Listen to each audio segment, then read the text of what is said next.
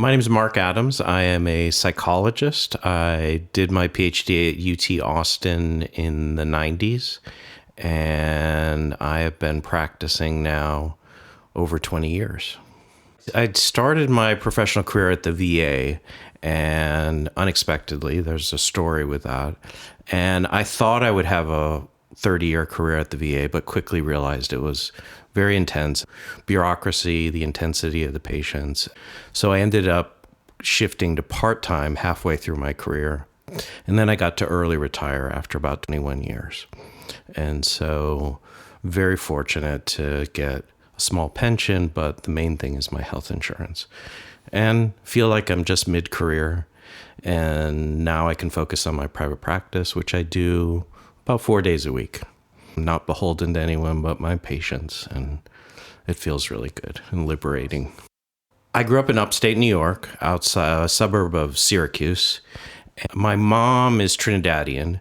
My dad served in the Marine Corps in the 60s and was stationed in Trinidad and met my mother there, and they fell in love and brought her back in the mid to late 60s.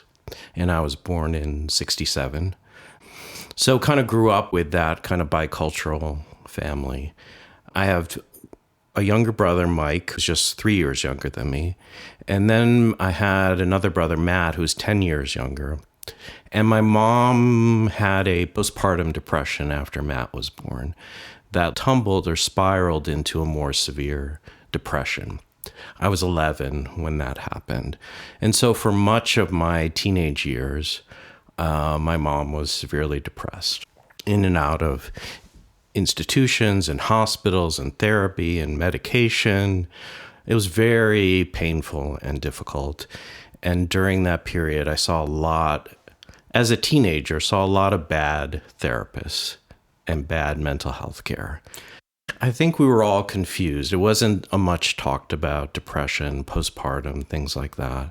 My dad was kind of classic, traditional masculine, thought it was a willpower issue and would get frustrated and angry with her. The culmination of it was she was in a psychiatric hospital. This was probably my junior year in high school, and my father went to pick her up and she wasn't there. She had taken a bus and went to New York City. And she disappeared for a year. And so I'm 11th grade. My mom has disappeared. I've already had years and years of her kind of dealing with her depression and the effects on the family. I'm hitting puberty, dealing with all of that. I was already a kind of shy, nerdy kid, and it made it even more difficult. So my mom disappeared. And then maybe a year later, she called my dad and said, I want to come home. And I said to my dad, I don't really want that. My dad said, well, it's not your life. So he brought her back, and she had been a bag lady in New York City for a year. God. And somehow befriended some women that kind of took care of her, and nothing, as far as I know, traumatic happened to her. But she lived as a bag lady in New York City for a year. And then she came back and found this really gifted Egyptian psychiatrist who put her on meds and saw her for therapy every day. And she recovered. Wow. Yeah. It took a while for our relationship to recover from that. I remember distinctly, it was maybe a couple years later, we were going to lunch and we just put it all on the table and we just cried and hugged each other, and it just was a really kind of healing moment. But she did recover from that and return to her robust, creative self. At that point, did you guys recognize it as postpartum depression or something else? I think, yeah. I mean, I think it was, as time went on, it was postpartum that developed into a severe depression. Okay. Which can happen. So I inherited kind of the wound of that time, the difficulties and challenges of that. And then realizing my own vulnerability to depression, which I've had since I was a teenager and still struggle with. Mm-hmm. So the combination of those things kind of led me to thinking about being a therapist, that somehow I could use this experience, this suffering, there was twofold. One, it could be of help to people, but I think more selfishly was I wanted to figure out some things on my own. But you'd already seen a lot of therapists, right? I had seen a couple as a teenager, but they were not good. Yeah. And I didn't think they were very good at what they did. Yeah. And so the other topic that came up during that period was, so I'm a teenager. My most important female figure in my life has kind of disappeared and depressed. And that was a time when I found some comfort in pornography as a way of kind of coping or comforting myself, but also managing sexuality when, my mom was primarily absent.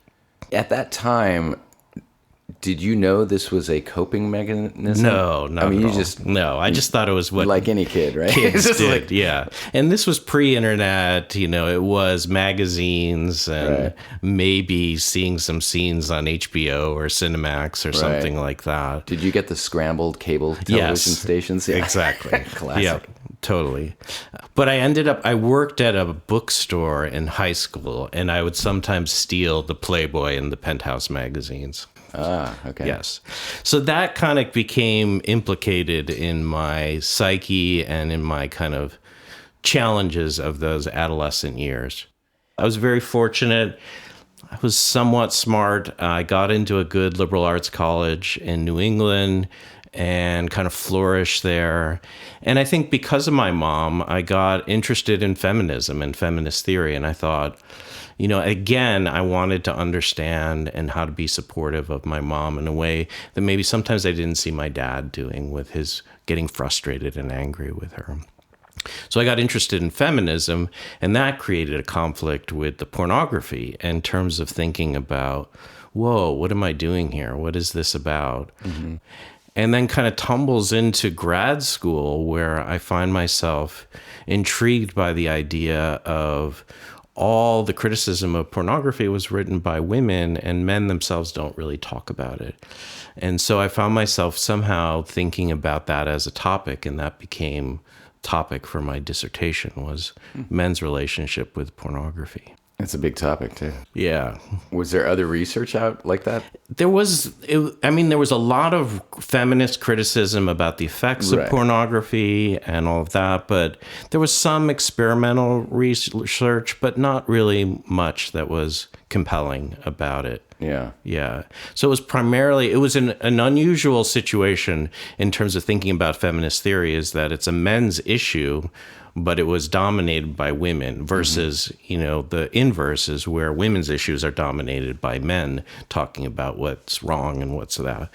And so one of the things that I wrote about in the dissertation was very meaningful to me, was that all the feminist criticism wasn't going to change men's behavior about pornography. It had to come from men themselves. And at that point, men weren't all that interested in reckoning with pornography. Yeah, it probably wasn't as big an issue. Exactly. But then we have the internet, and that explodes. And then you have access when you're really young. And in the past decade, there has been a movement of men kind of reckoning with pornography and seeing it often as a negative influence on their lives. Mm-hmm. And so unexpectedly, that became a kind of niche in my private practice, is working with men who are kind of confronting or reckoning with their relationship with pornography. Wow.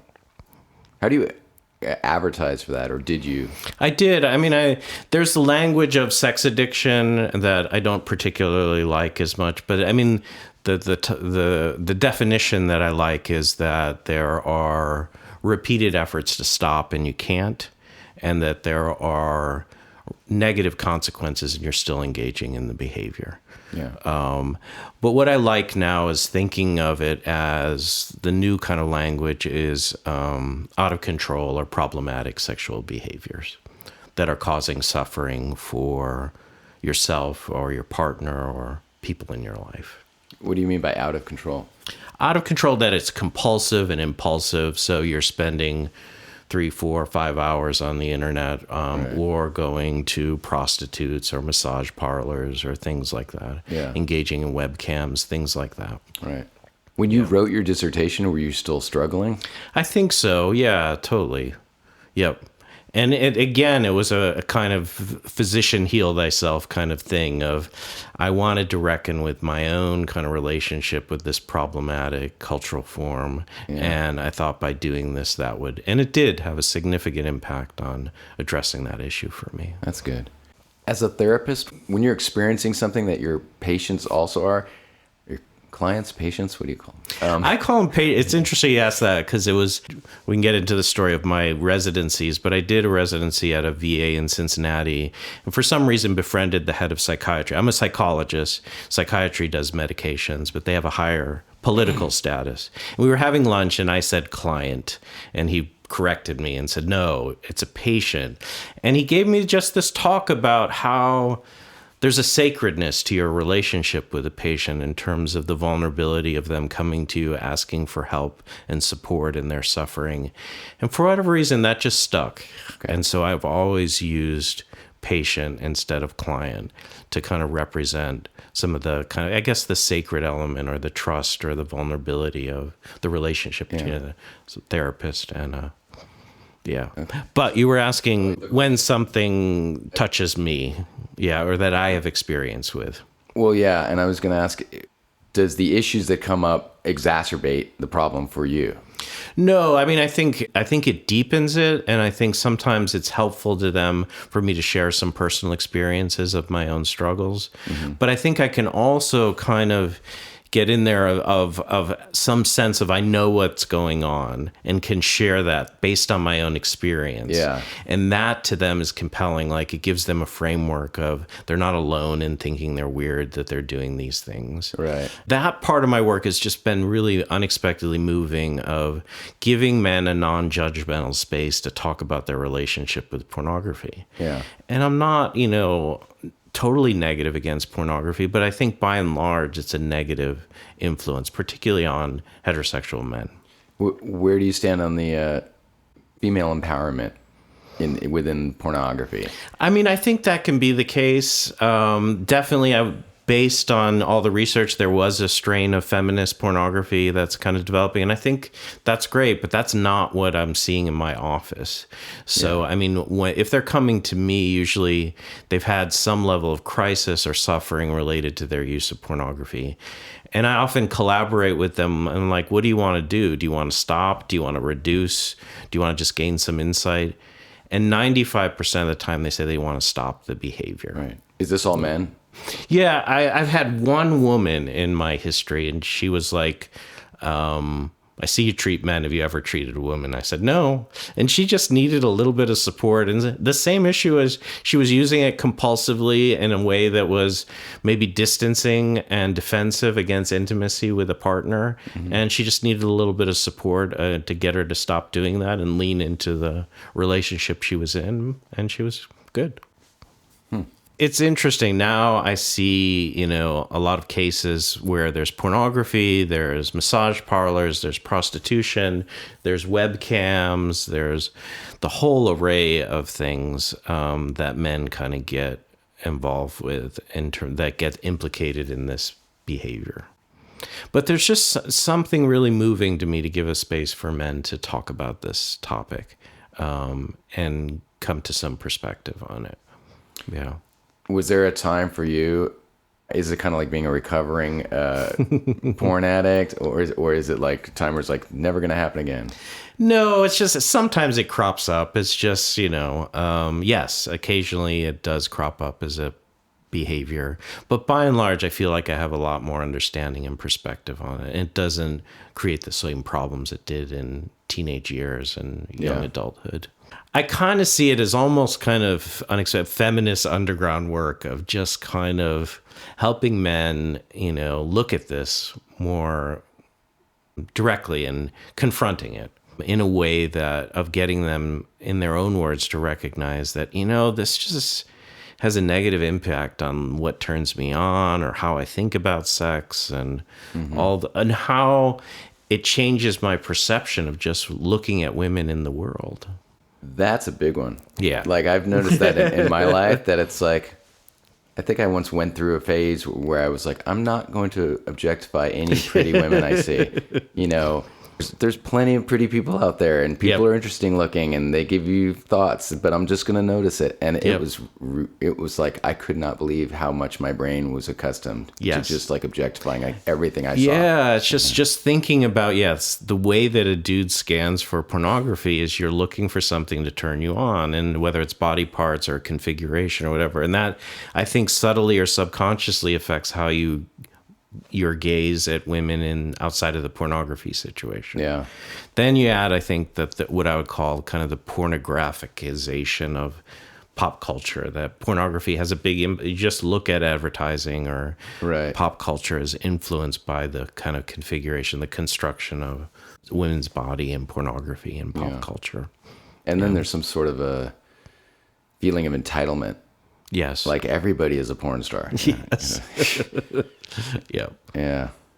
So that topic is just unexpectedly become interesting to me, and I get a lot of referrals for it from men in their 20s to men in their 70s or 80s who are, struggling with this topic or have for most of their life. Wow. Yeah. Probably struggling with more than just that. Yeah, often it is a symptom of other things. Yeah. Kind of the theory now is that it's implicated in what's called affect regulation, that it becomes something beyond, it's not just about sex. It's about coping with stress. It's coping with boredom. As you get more into it, it's less and less about sex, and it's more of a self-soothing technique, a ritualized self-soothing technique to manage your discomfort or negative feelings or thoughts or stress or things like that. But it can also get implicated, I think, in a defense against intimacy with your partner. Yeah. And that's the thing that I really like working on. And often I will say, I want you to work to try not to have any access to pornography for a month. And usually relatively quickly, their sex life with their partner tends to get more robust and alive and vivid. And that's kind of exciting to see that happen. Yeah. How do you reconcile like the fact that, sex or orgasm or something, it's like one of the greatest pleasures. And it's like, how do you convince somebody? It's like, nah, you don't need that. Yes. You mean just in smell terms some flowers, Yes. I mean, I think, and again, this is a value that I have, is kind of privileging sex with a partner, and the kind of the beauty and intimacy of that, I think, is the highest form. I still, again, the issue of masturbation, I think pornography does give you kind of a safe place to maybe explore and experiment with sexuality. But the other thing I try to encourage patients to do is reappropriate masturbation without pornography. And sometimes that's really difficult for men. But I think there can be something in that development that's useful and constructive. I've often thought when I was writing this, what is the sexuality of a blind heterosexual man? What would it be like to take away the visual and just engage in the other senses? Have you ever spoken to any blind men? No. But yeah. Reach out, folks. Yep. So yeah, the topic of pornography has become kind of interesting and strange, but I just really enjoy the work that I get to do with men on that topic, especially young men, giving them the opportunity in their 20s to reckon with this so it doesn't become a chronic problem that goes on for decades. Right. And it's often a secret, shameful behavior, even in the contemporary times. Yeah, for sure. I think because our culture is, otherwise there wouldn't be pornography. Yes, There'd exactly. just be people having healthy sexual relationships. Yes. Have you ever spoken to anybody in the porn industry? Well, it's funny, during grad school, and this will be a good segue into the grad school experience, is I went to the World Pornography Conference in LA when I was still a grad student. It was a mix of academics, porn stars, and attorneys.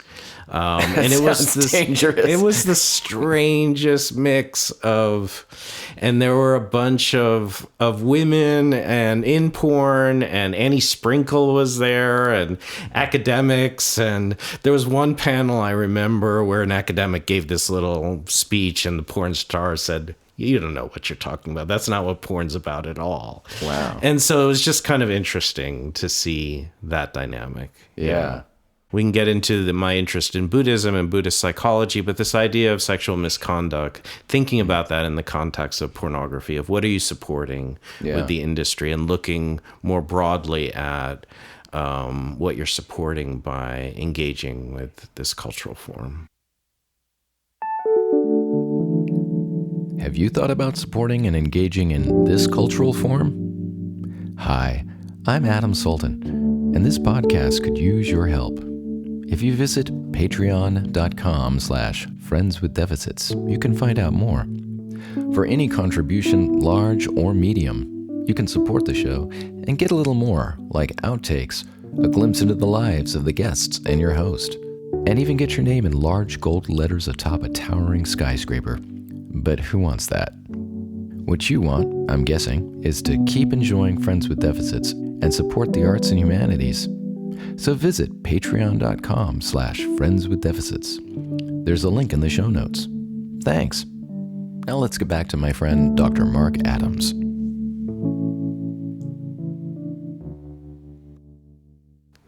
So going back to grad school, so another kind of crisis in my life was, so in psychology, you have to do a internship instead of a residency for like an MD, and it's a 1-year training program.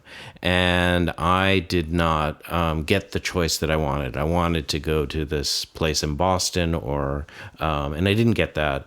I got a university counseling center in upstate New York, and I did not like it. And I went there with my grad school girlfriend, and I behaved badly. I didn't respond well. And I ended up getting kicked out of the program for insubordination. What does that look like? I can't imagine you being insubordinate. I know, that's the thing. I often, when I ran anger management groups at the VA, they're like, Dr. Adams, you got angry and insubordinate? I did not handle it well, and I had one of those conversations with the clinical director where I said things out loud that you're supposed to keep to yourself. Mm-hmm. I told her she was my model for how not to be an administrator and a psychologist, and she asked me if I was done, and then the next day I got escorted out of the building. Wow. And wasn't able to terminate with my patients. And I just spiraled into a crisis of, it's hard to get an internship. I got kicked out of one. So it wasn't clear to me if I would be able to be a psychologist anymore, because I would have to redo one. Mm-hmm. And who's going to give me the opportunity to do that if you already got kicked out of one? Yeah. So I kind of fell apart. Girlfriend left me. I kind of got stripped and lost everything. And I hadn't finished my dissertation at that time, so I was really struggling with that. I was living in State College, Pennsylvania, and found a humble job at a community mental health clinic and just started working. And it was maybe 2 years later, I applied again and somehow discovered the VA. And I'd never thought about the VA or working with men. Keeping in mind, again, my interest was my mom's depression, feminism. Most people that go to therapy are women. And so I thought I would have a practice that was engaged with women, a feminist inflected man doing psychotherapy with women, specializing in depression. All of a sudden I get this opportunity to go to a VA, and I was like, whoa. And so I interview, and this one director made me cry in the interview. I said, I told him my story, what I was struggling with, I got kicked out, I'm trying to find another one. And he says something like, well, welcome back. And I just started crying. Wow. He was like, you must feel some level of PTSD having to go through this again and thinking that it's not going to go right. And so I ended up getting accepted at the Cincinnati VA. I did a year there, and it was a great experience. And then I ended up doing a postdoc in Boston at the VA. And that same director wrote a letter saying, we had over 300 applicants that year, and Mark was our first choice. Nice. So I learned a lot. And so this was an interesting development in my life and career. I had all this focus on my mother, being a child of a depressed mother, feminism. And then I'm at the VA, where I'm working with men who served in combat. And so here I am now reckoning with forming intimacy with men who are like my father's age, who served in Vietnam. Did you had your father? My father did not serve in Vietnam, but he served in the Marine Corps during that time period. Okay. I had an uncle that served in Vietnam. And so it just threw me for a loop, and almost in a way, it was almost liberating that I could let go of being a feminist and really lean into masculinity and the psychology of men and masculinity. And it was really beautiful. And it also forced me to confront my relationship with my father, which had been kind of eclipsed by all the stuff that had happened with my mom. And so it was just really moving and beautiful to cultivate. And I think it strengthened my relationship with my dad as well by doing that work. And he was proud, even though my dad doesn't believe in therapy, but he was proud of the fact that I was helping veterans with their suffering. And my career became more founded on working with men and the psychology of men and masculinity.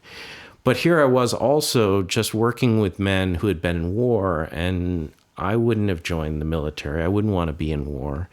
But I really learned something and came to love them in a way, an appreciation for what they did and what it meant to serve in combat, the camaraderie. I can't imagine being in a job where I would take my life for a coworker, where they would do that. And so it just was really beautiful and moving. And I often tell this story. I got drinks with someone I went to grad school with, maybe 5 years into my career at the VA. And a couple drinks in, she says, "Mark, you're a lot less arrogant than you were in grad school." And I said, it was my veterans. They kind of they humbled me. I didn't serve. I had to be authentic and genuine with them and be mindful of my language and how I spoke with them and how I carried myself. Yeah. Was it kind of trial by fire, or did you do some research? It was trial by fire, but I think I had the basic skills to do the work, to connect. And I think it was maybe 2 years in, I was running a Vietnam group. And at the end of the group, they said, "You are one of us." Wow. And there was a couple of really poignant moments of one, I asked, "Well, how did you come to trust me?" And one of the guys said, I looked at your eyes and I tracked your eyes and how your emotion and how your presence and connection. There was another really intense case that I worked with, and we did great work, a Vietnam veteran who was very violent. And he said, "You never once flinched when I talked about my violence." Were you flinching on the inside? Yes. But I think I became very skilled in non-judgmental kind of support and care. And I ran the training program at the VA for years. I would say with trauma patients, sometimes you got to seatbelt yourself in and just really recognize you're going to go on an intense ride in terms of your internal experience. But you got to kind of try to maintain your calm to hold their experience. So they're not judged. They don't feel judged, or that they feel like they are overwhelming you with their story. Yeah. Is everyone there voluntarily? In terms of patients? Yeah. By and large, yes. Okay. Yep. Was it ever threatening? I never felt threatened, but there was it was more intensity than anything felt threatening.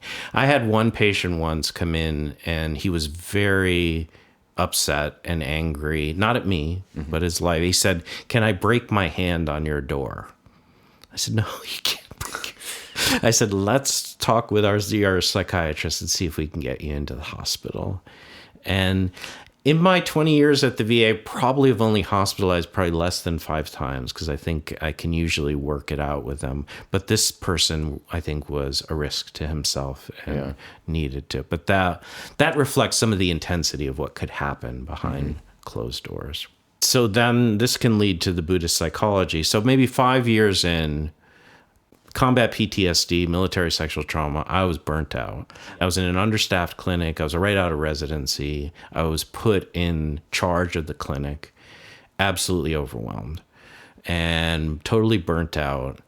I commuted to Temple, and there was a McDonald's on the way home on the frontage road to I-35. And after a shift, I would usually get a sack of cheeseburgers and French fries and gobble them down while I was driving south on I-35. And that was my self-care.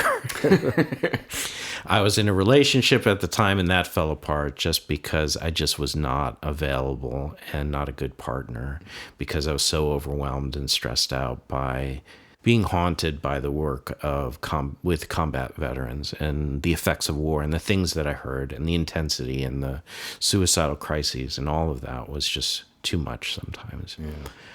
So it was during that period, a colleague at the VA said, "Hey, have you heard of Jon Kabat-Zinn?" I said, "I have no idea what you're talking about." I had not heard the word mindfulness in graduate school. And so he gives me Jon Kabat-Zinn's book, Full Catastrophe Living. And I was like, this is pretty cool and interesting. I also found a psychoanalytic guy who was also interested in Buddhism, Mark Epstein, who had a big impact on me. And it was at a time when the VA had money, and there was a Jon Kabat-Zinn professional training at the Omega Institute. This was in 2009, and the VA paid for me to go. Wow. It was a 5 or 7 day professional retreat of learning mindfulness-based stress reduction with Jon Kabat-Zinn in this beautiful setting, the Omega Institute, which is just north of New York City in Rhinebeck, New York. Was this something you had to convince them, or were they already interested in?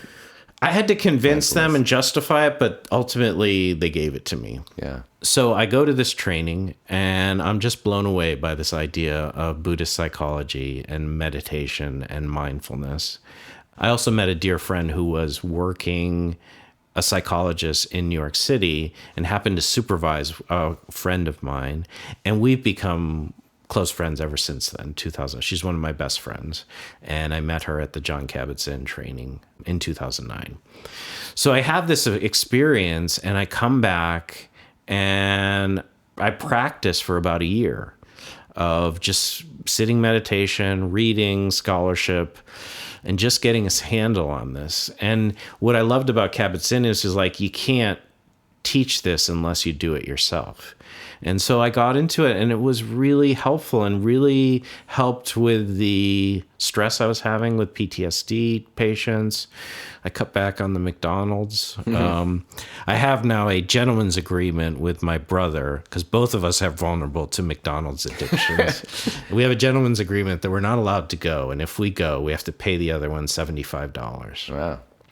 And I've kept that. I broke it once when my dog had cancer, and I was going back and forth to Texas A&M vet school, and I just gave up, and I bought a Big Mac, and I sent the receipt and $75. I said, "This is the most expensive Big Mac I've ever eaten." So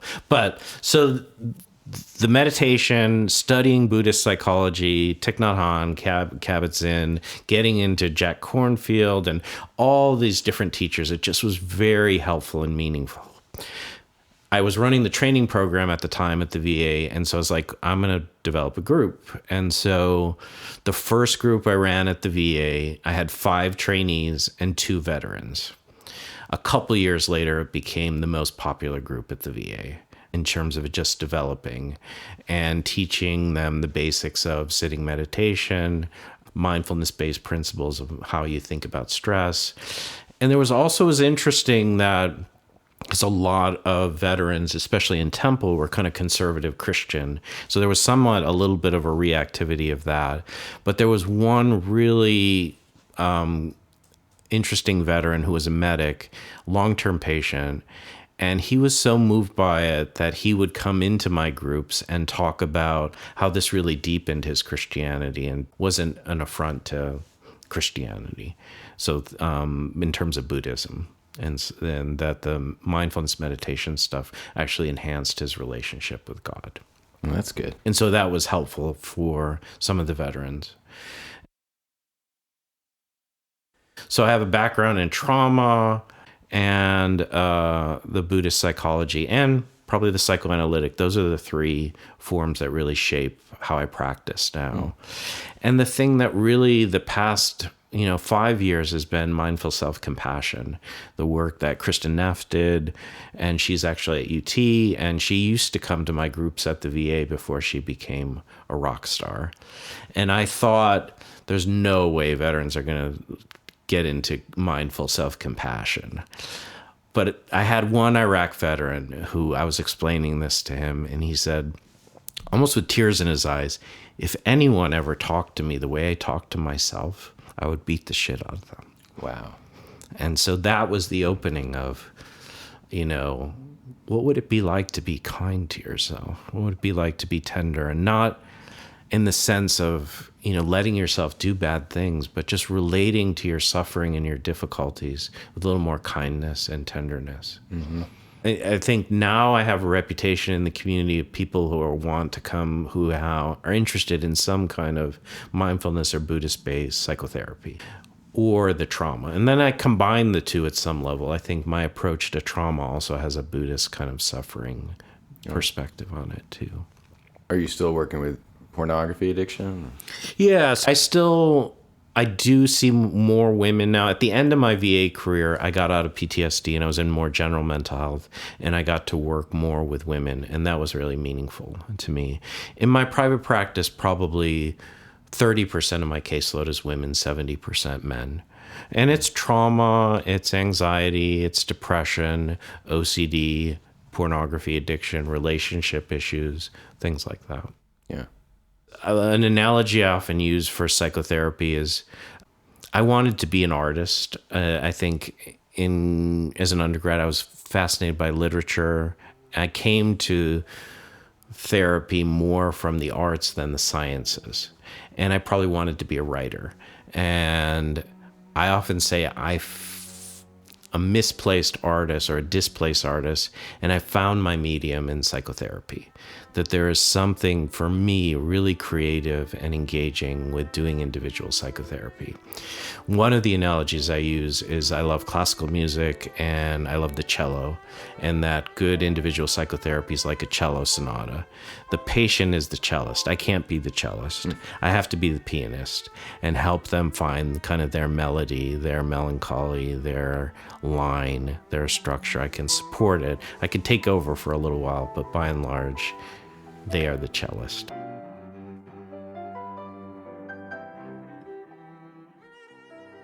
That's a beautiful analogy. Did that just come to you, or did you work on that one? I worked on that one. That came to me, probably maybe 15 years into my practice. And then I think it was listening to the Brahms cello sonatas, which I love. And I was just like, this is what it is, I think, what I'm doing. And I love jazz, too. There's an element of improvisation, too, in psychotherapy when it's good, spontaneous, creative. And I love a sense when a patient will say something like, now that I'm saying it out loud or talking it, I hadn't thought this way. It's some sense of discovery that happens in the spontaneity of interacting with another human. And I've been thinking about it because now we have ChatGPT. And so I have a lot of tech patients now, which is interesting to me in terms of I have patients that are in startups, entrepreneurs, corporate, and they're struggling with masculinity, work-life balance, relationships, ambition, money, all of those things. I enjoy working with them. And I had one come in and say, hey, I was up with ChatGPT late last night talking about this girlfriend situation. It was like, the advice was good, but it wasn't as good as yours. I said, can I put that on my website? But I think what I've been thinking, because I'm in the process of updating my website right now, think what do I have to offer in this context of what's available? Yeah. And I came up with this phrase of human relatedness, that there is something still beautiful about two humans sitting in a room talking over a period of time that ChatGPT can never replace. Yeah. The humanity of that interaction, of getting to know someone, and the dynamic of that, I think, is really beautiful and human. And that's what keeps me doing the work. What's next for you, either creatively, career-wise? I mean, I think I feel like I'm just mid-career with my psychotherapy. I feel like I'm doing some of the best work that I've done in terms of the work that I'm doing with patients. I think I want to continue that. I probably want to do some writing or some unexpected creative projects. The other area we haven't talked about too is I've become very interested in restaurants and restaurant culture. Oh, yeah. And so I am a regular at quite a few restaurants in town. And that kind of happened out of, after a hard day, being taken care of by someone else and going to a bar or a restaurant and being taken care of. But as someone sensitive and thoughtful, I connected with someone who happened to be a Marine Corps veteran who was opening a restaurant. And we started talking about the parallels between military culture and restaurant culture. And I just kind of got interested in that. And so I love going to restaurants, getting to know staff, and I'm kind of known as Dr. Mark. And owners and restaurant people know they can reach out to me if they need any support or if they need help with staff getting mental health resources or things like that. Cool. But yeah, I love restaurants and restaurant industry people, and it's mutual in terms of trying to give back to them, but also accepting their care and being taken care of. Yeah. Are you mostly a solo diner? I am mostly a solo. Prefer that probably 75% of the time. Sitting at a bar, connecting with the staff, and then the unexpected encounter of connecting with someone else. But 25% of the time, I do like going out with friends and hanging out and sharing meals and food that way. But I always have my notebook with me, so people know that. I think earlier in my career, I was at a restaurant with my notebook and they were concerned I was a food critic or something like that. Like, no, Dr. Mark's not a food critic. What are you doing with your notebook? Well, I've been a journaler since probably the 90s. And so my trade is words. So I'm always kind of processing and thinking about ways to talk about what I do, what's going on with my patients, what's going on with myself. Yeah. So I use the notebook for that. That's nice. Yeah. I don't think about like habitually, frequenting diners and restaurants. There's something about becoming a regular and kind of being a known, kind of like the Cheers song of there's something nice about walking in and people recognize you. Yeah. As long as you're not like slumped over at the end of the bar. That guy. Exactly. Yeah. Well, all right. Thanks again to my guest, Mark Adams, for talking with me. You can find out more about his work in the show notes, or who knows, maybe you'll run into him in an Austin restaurant. We'll have an excerpt from this conversation on patreon.com/friendswithdeficits, where we get into fragrance. Do check it out. And please tell your friends about Friends with Deficits. Leave a review, like, share. And of course, if you're interested in being a guest, please give us a shout. Once again, I'm Adam Sultan. Stay related with your fellow humans.